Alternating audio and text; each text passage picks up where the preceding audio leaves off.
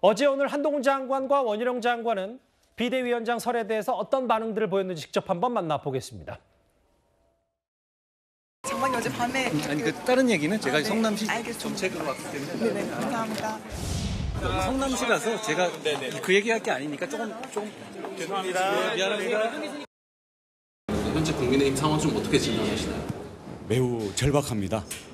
대선 때의 국민의 기대를 접을까 걱정됩니다. 야당도 문제지만 국민들은 집권 여당에 더 큰 책임을 묻고 있다고 생각을 합니다. 차기 비대위원장 어떤 분이 오셔서 어떻게 관리를 해야 된다 어떻게 생각하십니까? 그에 대해서 제가 드릴 말씀은 현재로는 없고요.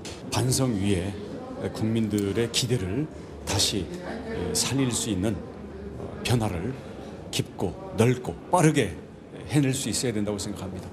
사실 차기 비대위원장으로 유력하게 거론이 되고 계시습니다. 좀 맡아서 하실 의향도 있으신 건가요? 어떠세요? 현재 제가 드릴 수 있는 말씀은 없고요.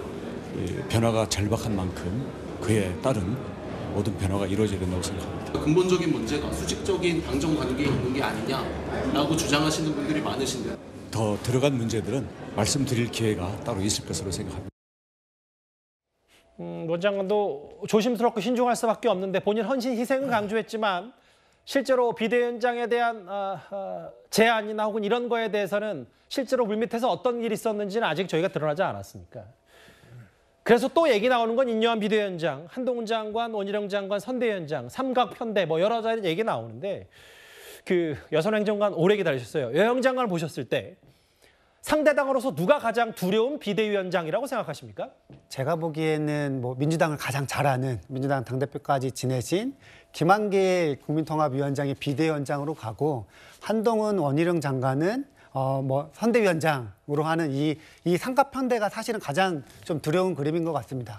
왜냐하면요, 지금 저는 국민의힘 의원들이 약간 조금 뭐 약간 혼돈하고 계시는 것 같은 게 이게 지금 전당대 당대표 뽑는 게 아니에요. 이거 지금 어쨌든 총선 앞에 두고 가장 이 욕망의 정치, 각각의 욕망들을 가장 잘 조율할 수 있는 약간 노련한 이 비대위원장이 필요한데 단순히 지금 약간 인기 투표한다고 그렇게 생각을 해가지고 한동훈 장관을 그냥 비대위원장 세우자 한다고 하면은 저는 그냥 공천 때부터 약간 계속 이제 잡음이 발생할 것이다. 그렇게 생각을 하고 있고 한동훈 장관, 원희룡 장관 사실은 지금 민주당이 가장 원하는 이 정권 심판론을 가장 뭐 드라마틱하게 보여줄 수 있는 이 두 인사라고 생각을 하고 있거든요. 그래서 오히려 약간 좀 미숙한 뭐 한동훈 장관이 비대위원장을 맡은다면 민주당한테는 약간 유리한 그림이지 않을까. 이 정권 심판론을 더 부각시킬 수 있기 때문입니다. 최근에 뭐 다시 목소리를 키우고 있는 김남국 의원은 한동훈 장관이 비대위원장 되면 땡큐라는 표현까지 썼는데 그건 동의하세요? 어쨌든 지금 나오고 있는 비대위원장 카드에는 사실은 저는 한동훈 장관이 뭐 이 전체적인 의원들을 운영할 수 있는 약간 그런 경험적인 측면에서 약간 미숙할 것이다. 그래서 한동훈 장관은 전국 순회 유세할 수 있는 상임 선대위원장 카드 가장 좋은 카드가 아닐까. 그렇게 좀 생각하고 있습니다. 근데 이제 일단 지금까지 현재로서는 후보군에 있는 4명 가운데 여기 보시는 4명 가운데 김한길 위원장은 일부 보도에 따르면 본인이 제안을 받은 적도 없고 고사했다는 얘기도 좀 들려오니까요. 좀 더 진위 여부 팩트를 확인해 보겠습니다. 근데 노돌 교수님, 근데 하고 싶은 얘기 제가 있는 게 뭐냐면 여기에 장점 부분만 쫙 봤을 때 장점에 여기 인요한 위원장의 독립적, 그러니까 나머지는 여전히 그 용산 대통령실과의 뭐 수직적이든 혹은 대통령과의 관계가 막역하다면 인요한 위원장이 여기서 자유롭지 않냐. 다음 화면을 보겠습니다.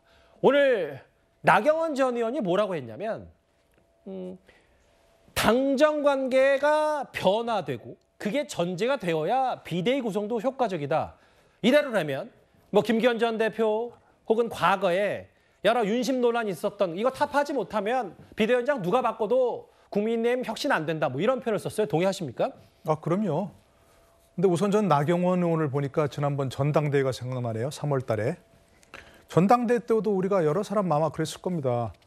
그 나경원 의원 또 안철수 의원 뭐 이렇게 폭력적으로 주저앉히고 그냥 그렇게 억지로 김기현 대표 지지율 3%대 사람을 저렇게 억지로 밀어올리는 걸 보면서 저게 뭐지? 왜 저렇게 하지? 아니 우군들을 하나씩 늘려도 모자랄 판에 저렇게 우군들마저 적으로 돌리나? 대실패했잖아요 지금 벌써. 그리고 지난번 또한 그 강서구청장 선거에서 글쎄 김태우 전 구청장을 사면까지 하는 건 모르겠다. 그러나 후보로 내세우는 건 바람직하지 않다고 얘기했는데 그것도 그렇게 억지로 해가지고 결국은 대참패를 만들어서 이 사단을 일으키고 있습니다. 만약에 억지로 또 한동훈 장관을 어떻게든 해서 남들 어떻게 얘기하든 국민들이 어떻게 보든 상관없이 그냥 무조건 그만두게 하고 차관 대행체로 가고 한다 그러면 거기서부터 패착이 되는 거예요. 그리고 뭐 존재감, 스피커, 당정관계 변화, 김한길 전 의원 굉장히 있지 않습니까? 지금 뭐 예를 들자면 지금 보도 나온 걸 보면 윤 대통령하고도 막역한 사이고 윤 대통령이 조언을 구하는 멘토라는 거 아니겠습니까? 그분이 오면 당장 어떤 말을 하더라도 윤 대통령이 이렇게 용인하나 보다 생각을 할 것이고 또 노련한 정치 경험이 있고 저하고 이렇게 비슷한 생각이신데 지금 노련하게 지금 비대위는 선대위가 아닙니다. 예. 선거 국면에서 정말 바람을 일으키는 건 가능하지만 비대위는 바람을 일으키는 게 아니고 온갖 정말 충돌하는 그 욕망들을 조절하고 그 갈등을 노련하게 좀 해결해야 하는 상황인데 한동훈 장관이 그걸 하겠냐고요. 민주당 대처 역량과 비대위 정치적 역량은 전혀 다릅니다. 이거. 예. 그러니까 너무 급하게 생각지 마시라. 조금만 기다리면 황금알을 낳을 수 있는 거위를 왜 지금 싼 값에 팔아버리려고 하냐는 얘기입니다. 저희가 방송 전에 미리 상의한 건 아닌데 두 분도 말씀이 좀 많이 다르고 각가지 색다른 논평들을 들을 수 있어서 저는 좋았어요. 그러니까 노덜 교수 말씀은 결국은 김태우 후보 유죄받고 사면시킨 것도 어쨌든 용산 대통령실 대통령 아니냐. 그 책임을 왜 김기현 대표에게 돌려서 여러 가지 이런 부분들에 대한 당정관계가 수직적으로 거의 용산 하청 아니냐라고 민주당이 비판한 이 부분의 근본적인 문제가 해결되려면 친윤, 진윤 이것보다도 결국은 비대위가 조정돼야 된다. 각기 다른 의견들 잘 들었습니다. 그런데 역사는 반복됩니다. 국민의힘에서는요. 12년 전 그러니까 2011년에 홍준표 당시 대표가 물러나고 박근혜 비대위를 세워서 총선 승리했던 그 모델을 밟고 싶어합니다. 저희 새누리당을 믿고 지지해 주신 국민 여러분께 진심으로 감사드립니다. 지난 4년간 저희 새누리당 국민 여러분께 여러 가지 실망을 드렸는데 이번에 정말 마지막 기회를 주셨다고 생각합니다.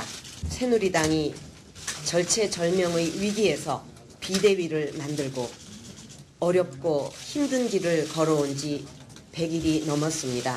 여기서 또다시 과거의 구태로 돌아간다면 역사의 죄인이 될 것이란 각오로 새롭게 다시 시작하겠습니다.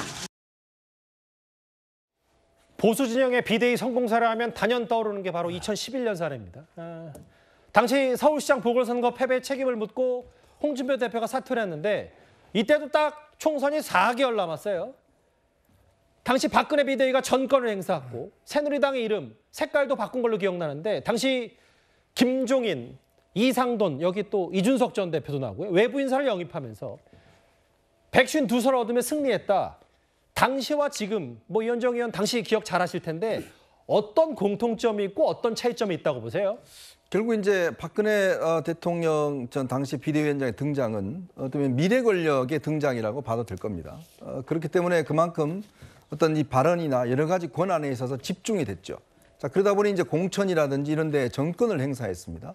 그리고 또 박근혜 전 대통령의 그 스타성, 이게 사실은 이제 이 영남 지역에 꽤 크게 작용을 했죠. 그러다 보니까 지금 장면 나갑니다만은 악수하기 위해서 어마어마한 인파들이 몰렸고 결국 붕대까지 감고 다니는 모습들이 이제 보이면서 보수층들을 결집시키는 데 아주 결정적 역할을 한 거죠. 그러니까 그렇기 때문에 지금 이제 비대위가 걱정하는 게 물론 이제 선대위다, 비대위다 여러 가지 있겠습니다만은 선거에서 저는 제일 중요한 게 결국 바람이라고 보거든요. 예. 이 바람을 그러면 어떻게 일으킬 것인가? 그 문제를 연구를 해야겠죠. 자, 그런 차원에서 이제 고민한다 그러면 현재로서 대중적 바람, 저렇게 사람들이 운집할 수 있고 그 사람 봤다 사진 찍고 할 수 있는 사람이 누구냐? 지금 국민의힘에서 지금 여권 내에서 본다면 저는 한동훈 장관 이외에는 잘 보이지가 않아요. 예. 자, 그렇다면 그런 것들을 통해서 어떤 이 바람을 일으키는 것들, 이게 중요한 것이고 또 하나는 이제 김한길 위원장도 해주셨는데 김한길 위원장 저도 아주 훌륭한 분이라 봅니다. 그런데 문제는 뭐냐면 그렇게 될 경우에 보수층들의 분열이 일어날 수 있어요. 그리고 이미 일부 지금 영남 지역 의원들은 인정 못하겠다는 거 아니겠습니까? 예. 이 공천에서 큰 파란이 일으킬 수 있습니다. 예를 들어서 예전 같으면 한 35%, 40% 정도 이제 물갈이가 되잖아요. 그러면 그분들이 예를 들어서 수긍하고 있어야 되는데 나 저 김한길 위원장 한 거 나 못한다라고 할 경우에 이 지지층 내부에 큰 분열이 올 수가 있어요. 예. 이제 그런 것도 이제 고려를 해야겠죠. 이제 그런 측면이 있고 또 하나는 그 뛰는 플레이어가 절박해야 됩니다. 선수가. 예, 왜냐하면 박근혜 당시 비대위원장은 굉장히 절박했거든요. 예. 본인이 이 선거를 이겨야지만이 다음 대권 가는 거거든요. 그렇다면 지금 후보들 중에서 과연 제일 절박한 사람이 누굴까? 라는 문제를 따져본다라면 그중에서는 그래도 한동훈 장관이 제일 절박한 게 아닌가. 왜냐? 여기서 본인이 끝나면 여기서 끝나는 거예요. 원장관도 절박하긴 해요. 아니, 원장을 하는데 원장관은 또 이제 본인이 이제 예를 들어서 뭐 저 이재명 대표가 붙고 하면 본인의 몸값은 올라가는 것이고 또 예. 국회의원도 해봤고 하기 때문에 이제 그런 면에서 비교 이제 형량을 따지자면 상당히 이제 한동훈 장관에게는 절박한 선거가 될 것이다라는 점들이 아마 박근혜 전 대통령과 비슷한 측면이 저는 있다고 봅니다. 그러니까 이제 대략적으로 여기 네 분 말씀만 일단 여기 스튜디오 안에서 종합해 보면 현실 인식 그러니까 상황이 더 안 좋다라는 측면을 두 분은 좀 많이 강조하시는 것 같아요. 이제 보셨을 때 이민찬 부대변인 포함해서. 알겠습니다. 12년 전 사례까지 거론이 된 비대위 이 성공 사례를 지금 국민의힘은 밟고 싶어 하는데 내일 비상의원총회가 열리니까요. 비대위원장 하마평 저희가 발빠르게 취재되는 대로 누가 앞으로 총선을 이끌 국민의힘의 새 수장이 될지 저희가 잘 지켜보도록 하겠습니다.